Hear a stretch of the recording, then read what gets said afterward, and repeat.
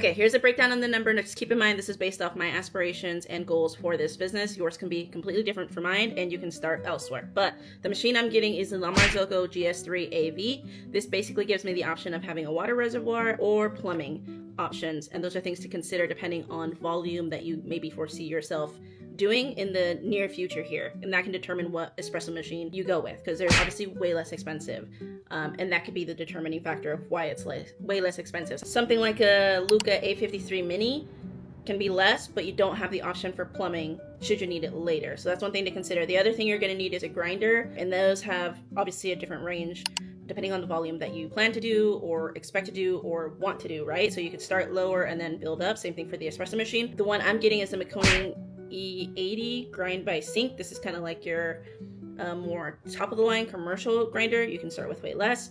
I believe the model before that is the E60, and it's like $1,000 less. Then you have the cart. You can build the cart yourself with supplies and everything. I think it averages around like 400 plus. Like you have to obviously invest the time to make it and build it and paint it and all that stuff, right? Then you have people who make them for you, and there's a bunch of people on Instagram, on Facebook Marketplace, and those can range between $1,000 all the way up to $2,500 depending. You have people like, or you have companies like Simple Cart that have like a base model which is like $1,200, and they can range all the way up to like $3,500, which is crazy. One thing with these things to consider is that depending on your goals and aspirations of where you see yourself, private events, farmers markets, pop-ups, depending on your menu, that might determine what you're going to need on the cart. So you don't want to build the cart before you have the menu, because once you present it to the city, this is just based off my information that I've learned over the last 3 months. Once you take it to the city, they have to approve and see the menu and see the layout of the cart before it gets built.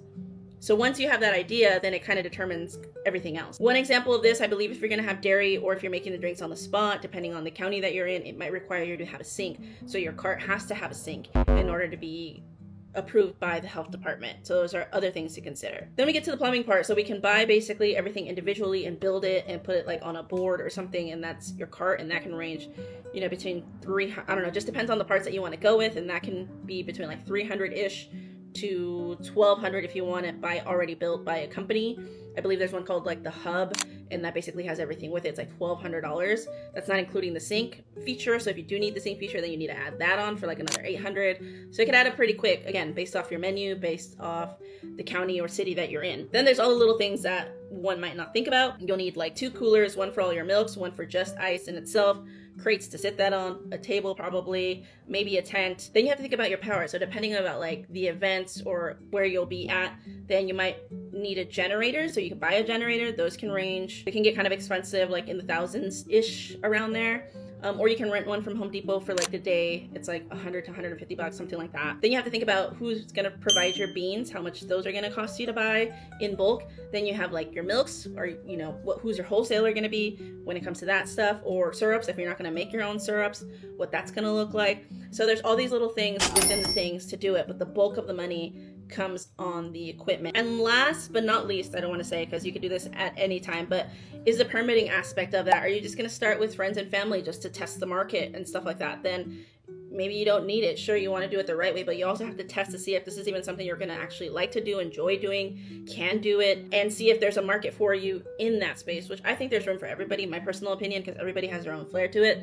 But when it comes to the permitting and the LLCs, all that stuff, like I would suggest just testing with your friends and family first before you jump to all that, because once you get the LLC, you will have to pay like an annual fee, which not a lot of people talk about. Like even if you just get the name in the LLC, you can expect a bill in the mail next year, even if you start the business or not. So those are like little things to consider and just wait on while you're testing everything. And when you're ready, then you start the permitting process. And the permitting process can take a while and can get kind of expensive pretty fast depending on the county that you're in and your menu and certifications that you'll need. I think it's always good to check in with your local health department and just check to see what's needed, what's required by their general guideline, because the general guideline does not mean it's going to cover you as your menu as the business owner, because you might have something within your menu that they're like, oh, this is going to require X, Y, Z. So it's always good and have those questions answered. That's going to determine a lot in what those fees are going to be, but that can range between $400 all the way to $800 just for them to look at your cart to make sure that it's even good to be built, because you don't want to build anything before you get that approved, and that can take a couple tries.